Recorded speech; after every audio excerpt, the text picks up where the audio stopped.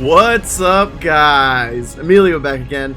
There has been tons of news coming out for the new Dragon Ball Super Broly movie. So in this video, I will talk about Broly possibly wanting revenge on Vegeta and how he could be a descendant of one of the Evil Saiyans that fought Yamoshi long ago. So get ready, guys, this will be exciting.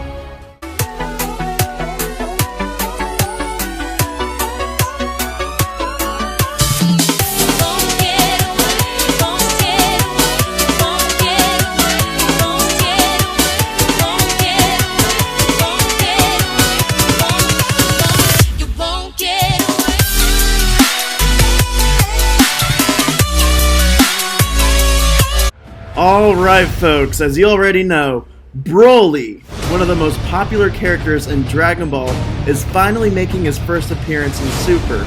And with the new trailer bringing a lot of excitement, I have seen a lot of fans ask the following questions. Where has Broly been all of this time? And why is his green berserker Saiyan form way more powerful than Kale's and stronger than the power level of a God of Destruction? And what is Broly's connection to Frieza, Goku, Vegeta, and the new characters Chelyay and Lemo? Well, in this video, I will try to answer those questions with a theory I came up with, and of course, in order to make a good theory, you need evidence. So first, let's talk briefly about the interview with the Dragon Ball Super movie director Tatsuya Naganime, so that we can have a better idea on what we can discover on the backstory of Broly, since I believe there are key pieces to this interview that have shed more light on this mysterious Saiyan survivor. So thanks to Herms98 on Twitter, we have translations on the character bios from the Dragon Ball movie webpage that I'll leave a link in the description in case you guys want to take a look yourself. Going over the new characters, Chelyay is a young delinquent girl who acts on her emotions. She helps Broly without even thinking of the consequences, with terrible results. Lemo has served in Frieza's army for decades. He wants to do something about Broly, but knows his own limits. Lemo encountering Broly and Chelay's actions start to influence him. Naganime likes the balance between these characters, but saying more would spoil the movie. Alright, so those were his words during the interview.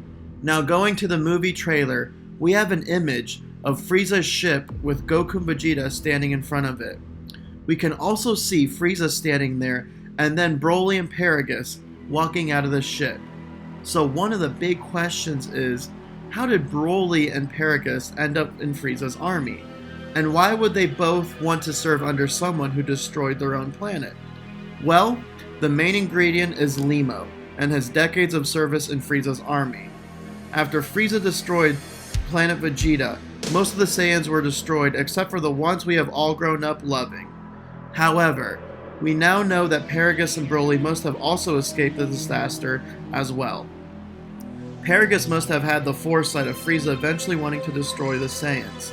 Knowing this, Paragus fled planet Vegeta and took a young Broly with him to avoid a war they were not ready to fight. So there was no knowledge of Paragus or Broly being alive for decades, until one of Frieza's most loyal soldiers found them, who is no other than Lemo. Even during Frieza's death, Lemo continued to serve him and carried out actions of the Frieza Force. Paragus is a brilliant scientist and developed ways to stay hidden in the far reaches of the universe. One thing that may seem off is that Whis used his staff at the beginning of Super to help Beerus locate a Super Saiyan God. So most of you might be like, well, wait a minute, how could they not find Broly? Well, maybe Whis did, but was more focused on the other Saiyans. Whis did mention that most of the Saiyans were on Earth, and the one known as Son Goku was on King Kai's planet, so perhaps because Broly's power was suppressed, he was able to remain hidden as Beerus and Whis immediately grew suspicious on the Saiyan that defeated Frieza and who was training on King Kai's planet. So maybe that is why Paragus and Broly were overlooked. Now in this image, you can see that Paragus has a belt, which is what is most likely used to suppress Broly's power or anger through mind control. Perhaps as stated, Chelyay will help turn Broly loose by tampering with Paragus' mind control device. thus not being able to control Broly's overwhelming power. So, going more into Broly's power, I recently heard a Broly backstory theory that a well-known YouTuber did who was known as Oppai Senpai, or AnimeLiveReactions. I thought his theory was actually fantastic. So in this section of the video, I will credit him for the theory he did on genetic engineering through gene modification and on the manipulation of S cells, as I want to use part of his idea into my theory. There will also be a link to view his theory in the description below because he goes into a lot of detail and it's very interesting. So long story short, he basically pointed out that last year Toriyama spoke of Yamoshi and introduced the concept of S cells for the very first time and during the production of the new Dragon Ball Super movie. Toriyama didn't tell us what the new movie was about, but did talk on the importance of the S cells, so in order for a Saiyan to transform into a Super Saiyan, they must have S cells in their body in order for the transformation to be possible. Oppai Senpai believes that Broly and other children were experimented on, as you can see in the trailer, of what looks like Saiyan babies inside incubators. Paragus is likely an evil scientist and wants to eventually make the Ultimate Saiyan for his own cause.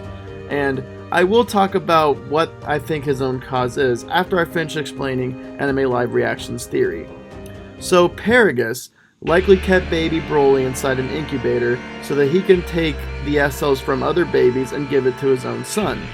And by doing this, Broly has the maximum level of S cells in his body, making him the most powerful Saiyan.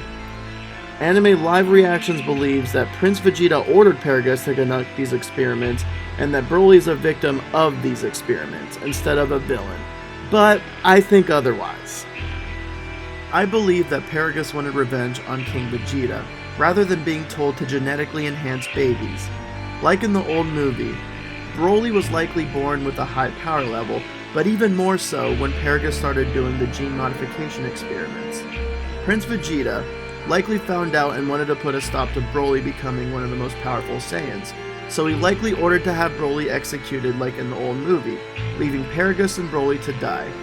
So that could be the driving force for Paragus wanting revenge, if not on King Vegeta, then on the next best thing, his son. Also, if you guys notice in the trailer, Paragus yells, "Do it, Broly!" Broly instantly launches at Vegeta first instead of Goku. So this makes me believe that Paragus wants to get revenge on Vegeta. As I mentioned earlier, Paragus, being a smart scientist, likely anticipated that Frieza was coming soon to destroy planet Vegeta, so he escaped with Broly in the space pods that we could see in the poster and trailer in order to 1. Avoid the cruelty of King Vegeta, and 2. For a war against Frieza that they were not ready to fight. But Broly, being a genetically modified Saiyan, is not the only thing that makes him more powerful than a god of destruction. According to legend, every 1,000 years, a legendary Super Saiyan is born. Now we have tons more evidence and information based on the character of Kale that may give us clues of where Toriyama is taking this legend. Like Kale, Broly is also a legendary Super Saiyan and may also have modified genes along with something else that I believe makes him ridiculously powerful. In the manga, chapter 38, there was a very interesting bit of dialogue between Khalifa and Kaba. Toyotaro wrote in that according to legend, a demonic legendary Saiyan appears every 1,000 years, and I do not think that Toyotaro threw it in this line for extra lore, since it goes right in line with what Vegeta said on Namek back in the Dragon Ball Z Frieza saga, when Goku appeared on Earth to battle Raccoon. Vegeta told this long tale of a legendary Super Saiyan that appeared 1,000 years ago, and that this Saiyan could not control his power and eventually destroyed himself. As we already know, Super Saiyan God is created out of necessity, where Super Saiyan Demon could end up being created out of something based on greed. So I do not only believe that Broly's power comes from just being the legendary devil or demon Saiyan that appears every 1,000 years, along with having a genetically modified body. I think there is one last key to the puzzle that would explain how he is more powerful than a Super Saiyan God and God of Destruction level.